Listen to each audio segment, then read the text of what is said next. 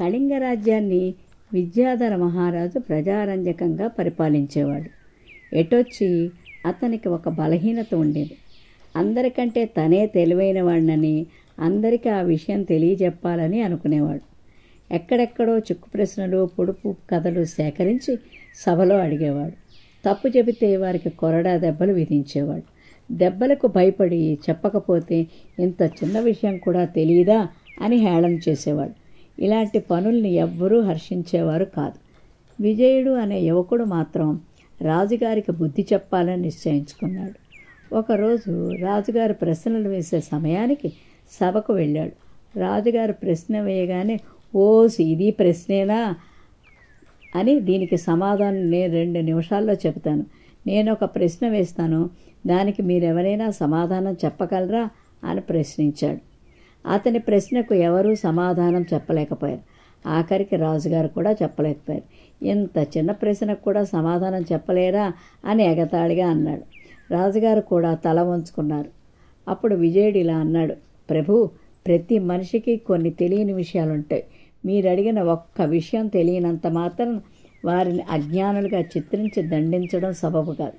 అడిగేవాడికి చెప్పేవాడు లోకువా అని పెద్దలు ఊరికే అనలేదు. అన్ని విషయాల్లో ఎంతో ధార్మిక బుద్ధితో వ్యవహరించే మీరు ఈ చిన్న విషయంతో చెడ్డ పేరు తెచ్చుకోవడం ఇష్టం లేక ధైర్యం చేసి చెప్తున్నాను. నిజానికి మీరు అడిగిన ప్రశ్నకు జవాబు నాకు తెలియదు. నా తప్పును మన్నించండి అని వేడుకున్నాడు. విజయుడు మాటలకు రాజుగారు కనువిప్పు కలిగింది. విజయ, చిన్నవాడివైనా ఎంతో ధైర్యంతో ఎవ్వరూ చెయ్యలేని పనిని నువ్వు చేసావు. నా తప్పు నేను గుర్తించేటట్టు చేసావు అని అన్నారు రాజుగారు. విజయుడిని ఎంతగానో సత్కరించాడు. అహంకారం వదిలి అప్పటి నుండి ప్రజలను కన్నబిడ్డల్లా చూడటం మొదలుపెట్టాడు. ఒక కోతి ఉండేది. అది అడవిలోని పక్షులకు, ఇతర ప్రాణులకు కూడా తన చేతనైన సహాయం చేసేది. దీంతో అడవి జీవులన్నిటికీ కోతి అంటే ఎంతో ప్రేమ ఏర్పడింది. అడవి రాజైన సింహానికి కూడా కోతి అంటే ఎంతో అభిమానం. అయితే అదే అడవిలోనున్న నక్కకు మాత్రం ఈ కోతిని చూస్తే ఒళ్ళు మంట. అందరూ దీన్ని ఎందుకలా పొగుడుతున్నారు అని ఆలోచిస్తూ గడిపేది. ఒకరోజు నక్క కోతి దగ్గరకు వెళ్ళి, అయ్యా కోతిగారు, అందరూ మిమ్మల్ని ఇంతగా గౌరవిస్తున్నారే, ఏమిటి రహస్యం అని అడిగింది. ఆ మాటకు కోతి ఇబ్బంది పడుతూ, అలాంటిదేమీ లేదు నక్కన్నా, నా దగ్గర ఒక మంత్రదండం ఉంది, అంతా దాని మహిమ అంది తమాషాగా. ఏది కాస్త ఆ మంత్రదండం చూపించు అంది నక్క. కోతి అక్కడే పడి ఉన్న ఒక కర్రను చూపిస్తూ, ఇదే మంత్రదండం అంది. నక్క సమయం చూసి ఆ కర్రను దొంగిలించి అక్కడి నుంచి పారిపోయింది. ఇక తనను అందరూ గౌరవంగా చూస్తారు అనుకుంటూ గర్వపడసాగింది. అయితే అడవిలోని ఏ ప్రాణి దాన్ని గౌరవించలేదు. అది ఎదురుగా కనిపిస్తే చాలు ముఖం తిప్పుకుంటూ వెళ్ళిపోయేవి. ఎక్కడో ఏదో పొరపాటు జరిగింది అనుకున్న నక్క తిరిగి కోతి దగ్గరికి వెళ్ళి, అయ్యా కోతిగారు, ఏదో ధ్యాసలో పొరపాటున మీ మంత్రదండం తీసుకెళ్ళాను, తప్పుగా భావించకండి అంటూ కర్రను ఇస్తూ, అవును, ఈ మంత్రదండం నా దగ్గర మామూలు కర్రలాగే ఉంది, దీనివల్ల నాకే ప్రయోజనం కలగలేదు, ఎందుకంటారు అంది. నక్కను మరి కాస్త ఆట పట్టించాలనుకున్న కోతి, నేను బ్రతుకున్నంతకాలము ఈ మంత్రదండం మరొకరికి దీనివల్ల ఎలాంటి ప్రయోజనమూ కలగదు అంది. ఇప్పుడు నక్కకు గుట్టు తెలిసిపోయింది. కోతిని చంపైనా సరే ఆ దండాన్ని తాను పొందాలని నిర్ణయించుకుంది. ఆ రోజు రాత్రి బాగా చీకటి పడ్డాక కోతి నివాస స్థలానికి వచ్చింది నక్క. అది చెట్టు మీదనే నిద్రపోతూ ఉంది. నక్కకు చెట్టు ఎక్కడం రాదు. ప్రయత్నిస్తే సాధ్యం కాని పనంటూ ఏదీ లేదనుకుని చెట్టు ఎక్కసాగింది. సగం చెట్టు ఎక్కాక నక్క చేతులు కాళ్లకు వణుకు పుట్టి చెట్టు వెనక పెరిగిన ముళ్ళ కంపలోకి పడిపోయింది. ఒంటి నిండా ముళ్ళు గుచ్చుకోవడంతో బాధతో అరిచింది. ఈ అరుపులకు నిద్రపోతున్న కోతి లేచింది. కిందకి దిగి ముళ్ళ కంపలో పడి ఉన్న నక్క దగ్గరికి వెళ్ళింది. ఇదేమిటి నక్కన్నా, ఏం జరిగింది అని అడిగింది. ఏం చెప్పను కోతిగారు, మిమ్మల్ని చంపాలనుకుని వచ్చి ఇలా పడ్డాను అంటూ నిజం చెప్పేసింది. కోతి ఆలస్యం చేయకుండా పచ్చని ఆకులు తెచ్చి నూరి ఔషధం తయారు చేసి నక్క ఒంటి మీదనున్న గాయాలకు పూసింది. నక్క సిగ్గుతో తల వంచుకుంది. కోతిగారు మీరెంత మంచివారండి అంది. అప్పుడు కూడా దానికి ఒక అనుమానం వచ్చింది.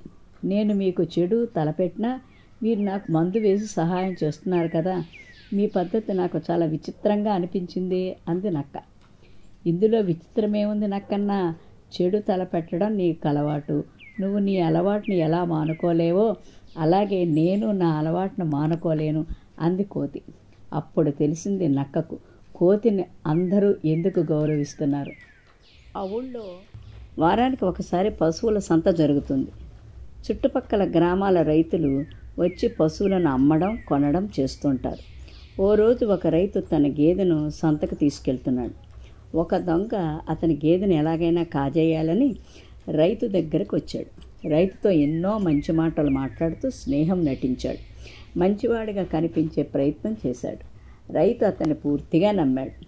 కొంత దూరం పోగానే దొంగ రైతును చూసి, అన్నా, కాస్త నీ చేతిలోని కర్ర ఇవ్వు, ఇదిగో ఈ మామిడికాయలు కొట్టుకుని మళ్ళీ ఇస్తాను అన్నాడు. రైతు సరే అని గేదెను అదిలిస్తున్న తన చేతి కర్రను అతనికిచ్చాడు. వెంటనే ఆ రైతు చేతిలోని తాడును కూడా లాక్కొని, ఈ గేదె నాది, ఎందుకంటే ఈ కర్ర ఎవరి దగ్గర ఉంటే గేదె వాళ్ళదే అవుతుంది కదా, ఇక నువ్వు ఇంటికెళ్ళు అని దబాయించాడు దొంగ. అప్పుడు చుట్టుపక్కల ఎవ్వరూ లేరు. రైతు బిక్కమొహం వేసుకుని ఉండిపోయాడు. ఎవరికీ చెప్పుకునే వీలు లేదు. దొంగ గేదెను తోలుకుంటూ సాగిపోతున్నాడు. రైతుకు చప్పున ఒక ఆలోచన వచ్చింది. వెంటనే పరిగెత్తి అతన్ని కలుసుకొని కంగారు పడుతూ హడావిడిగా, అన్నా అన్నా, ఈ పొదలోకి పాము దూరిపోయింది, మీద పడి కరుస్తుందో ఏమో అన్నాడు. ఆ మాటకు దొంగ భయంతో ఉలిక్కిపడి ఎక్కడా ఎక్కడా అంటూ చిందులు వేయసాగాడు. రైతు పామును కొట్టి చంపమని తొందర చేయసాగాడు. దొంగ నాకు పాము అంటే భయం అని అన్నాడు. వెంటనే రైతు, ఆ కర్ర ఇలాతే నేను చంపుతాను అన్నాడు. వెంటనే దొంగ గబగబా తన చేతిలోని కర్రను రైతుకిచ్చాడు. మరుక్షణం రైతు తాడు కూడా లాక్కొని, పాము లేదు గీము లేదు, నా చేతిలో కర్ర ఉంది కనుక గేదె నాదే, నువ్వు ఇక్కడి నుంచి పారిపోకపోయావో నీ కాళ్ళు విరగ్గొడతాను అంటూ బెదిరించాడు తన ఎత్తు పారినందుకు. వెంటనే దొంగ తను వెనుదిరిగి చూడకుండా పారిపోయాడు. రైతు నవ్వుకుంటూ సంతకు సాగిపోయాడు. పూర్వం ఓ చక్రవర్తి దగ్గర రమణయ్య అనే తోటమాలి ఉండేవాడు. చక్రవర్తికి చెట్లన్నా మొక్కలన్నా ప్రాణం. తన ఉద్యానవనాన్ని చక్కగా చూసుకుంటున్న రమణయ్య అన్నా ఎంతో ఇష్టం. కానీ తోటమాలి మాత్రం చాలా మోసకారి. తనకు చక్రవర్తి అండదండలున్నాయన్న గర్వంతో చాలామందిని మోసగించేవాడు. అవతలి వాళ్ళు కూడా చక్రవర్తికి భయపడి రమణయ్యను ఏమీ చేయలేకపోయేవారు. ఒకరోజు ఓ వర్తకుడు దుస్తులను గాడిద మీద వేసుకొని బజారులో అమ్ముతున్నాడు. రమణయ్య అతని దగ్గరకు వచ్చి, నాకు ఇవన్నీ కావాలి, వీటన్నిటినీ ఎంతకు అమ్ముతావు అని అడిగాడు. 10 వెండి వరహాలు అని సమాధానమిచ్చాడు వర్తకుడు. రమణయ్య బేరం ఆడకుండానే వర్తకుడు అడిగినదంతా ఇచ్చేశాడు. వ్యాపారి చాలా సంతోషంగా దుస్తుల మూటలను గాడిద మీద నుంచి దించబోయాడు.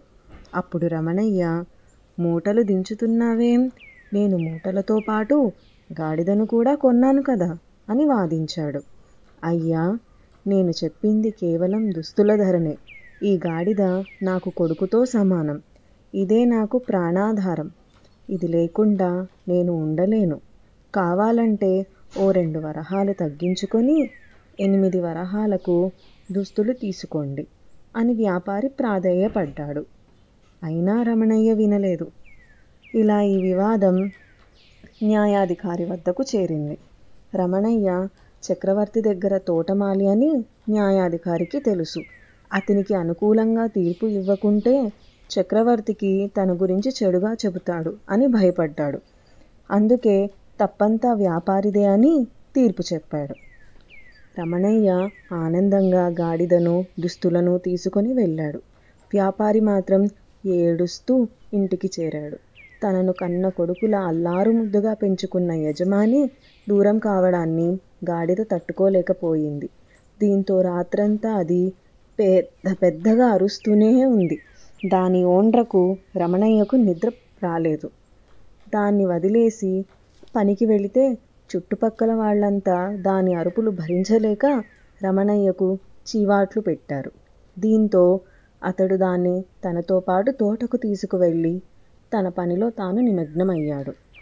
కానీ అక్కడ అది అరవకపోవడంతో అమ్మయ్య, గాడిద దారిలో పడింది అనుకున్నాడు.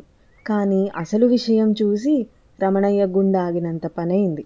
చక్రవర్తికి ఎంతో ఇష్టమైన గులాబీ మొక్కలను, వాటి పూలను మొత్తం అది తినేసింది. అప్పుడే అటువైపుగా వచ్చిన చక్రవర్తి గులాబీ మొక్కల దుస్థితిని చూసి తోటమాలిపై పెద్దగా అరిచాడు. తను ఎప్పుడూ చక్రవర్తితో మాటలు అనిపించుకోలేదు. కేవలం ఈ గాడిద వల్ల నేడు తిట్లు తినాల్సి వచ్చిందని రమణయ్యకు కోపం వచ్చింది. పెద్ద కర్ర తీసుకొని దాని నడుము మీద గట్టిగా కొట్టాడు. అది అంతెత్తున ఎగిరి వెనక కాళ్ళతో ఫెడేల్మని రమణయ్య మూతి మీద తన్నింది. అంతే, ముందు పళ్ళన్నీ ఊడిపడ్డాయి. ఇది తన దగ్గర ఉంటే అనర్థాలు తప్పవని వెతుక్కుంటూ వెళ్ళి మరీ ఆ వ్యాపారికి గాడిదను అప్పచెప్పాడు.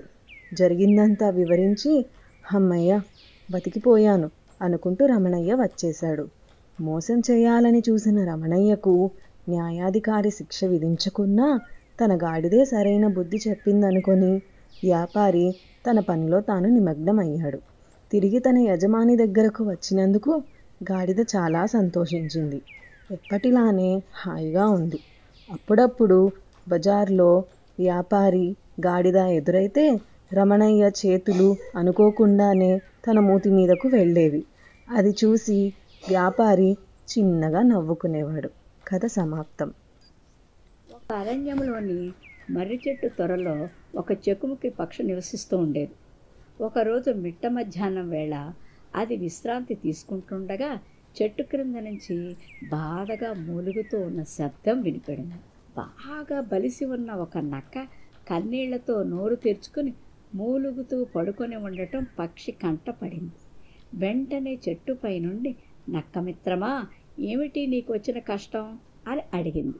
రొప్పుతూ ఉన్న నక్క నిదానంగా తలెత్తి పైకి చూసి, ఓ పక్షి మిత్రమా, ఏమని చెప్పను, ఈరోజు ఉదయం నేను ఒక కుందేలును చంపి తింటుండగా ఒక ఎముక నా పళ్ళ మధ్యలో ఉండిపోయి గుచ్చుకుంటూ నన్ను బాధిస్తోంది. నోరు మూయడానికి, ఏ ఆహారము తినడానికి కూడా వీలు లేకుండా అడ్డుపడుతోంది అంది బాధగా. పక్షి నక్క మీద చాలా జాలి కలిగింది. అది నక్కతో, నువ్వు బాధపడవలసిన పని లేదు, నోరు తెరుచుకో, నేను నీ పళ్ళ మధ్య గుచ్చుకున్న ఎముకను తొలగిస్తాను అంది. నక్క అలాగేనని నోరు తెరుచుకొని కూర్చుంది. చెకుముకి పిట్ట కిందకి వచ్చి నక్క నోట్లోకి తన ముక్కను పోనిచ్చి సుతారంగా ఎముకను బయటికి లాగేసింది. నక్క సంతోషంగా, పక్షిమిత్రమా, నా విపరీతమైన బాధను పోగొట్టి నా ప్రాణాన్ని కాపాడావు. ఈరోజు నుంచి నేను సంపాదించిన ఆహారంలో సగం వాటా నీకు ఇస్తాను. ఇక నుంచి మనం ప్రాణ స్నేహితులం అంది. అప్పటి నుంచి నక్క, చెకుముకి పిట్ట రెండూ స్నేహంతో చాలా కాలం కలిసి ఉన్నాయి. కానీ ఏ రోజు నక్క పక్షికి ఒక చిన్న మాంసం మొక్క ఇచ్చిన పాపాన పోలేదు. ఒకరోజు చెకుముకి పక్షికి ఎంత తిరిగినా ఆహారం దొరకలేదు. చివరికి నీరసంగా చెట్టు పైన కూర్చుంది. అప్పుడు కింద ఓ పెద్ద జింక మాంసం తింటూ నక్క కనిపించింది. పక్షి సంతోషంగా, నక్క మిత్రమా, అలా ఆకలిగా ఉన్నాను, నాకు కొంచెం ఆహారం ఇవ్వవా అని అడిగింది. నక్క హేళనగా చూసి మాంసం నములుతూ, నేను నీకు ఆహారం ఇవ్వటమా, ఇదంతా నాకే సరిపోతుంది, ఇంకా నీకెక్కడివ్వను అంటూ పరిహాసం చేసింది. అప్పుడు పక్షి, నీవే కదా మిత్రమా ఆ రోజు నిన్ను కాపాడినందుకు సగం వాటా ఆహారం ఇస్తానన్నావు, ఇప్పుడు సగం అక్కర్లేదు, నాకు సరిపడేంత మాత్రమే ఇవ్వు చాలు, మరెప్పుడు ఇవ్వకు అంటూ ప్రాధేయపడింది.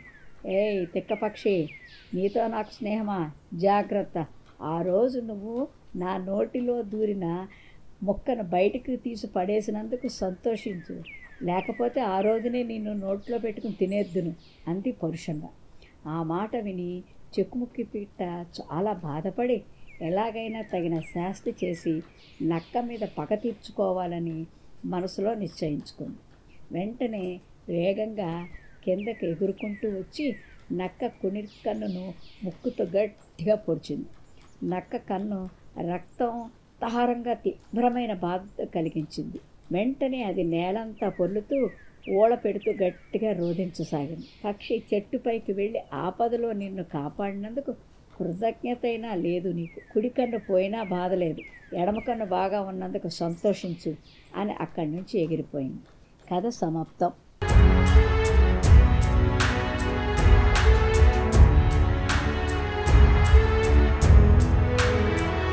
మీరు మరిన్ని వీడియోలు చూడాలంటే మన ఛానల్ను సబ్స్క్రైబ్ చేయండి. పక్కనున్న బెల్ ఐకాన్ని ప్రెస్ చేయండి.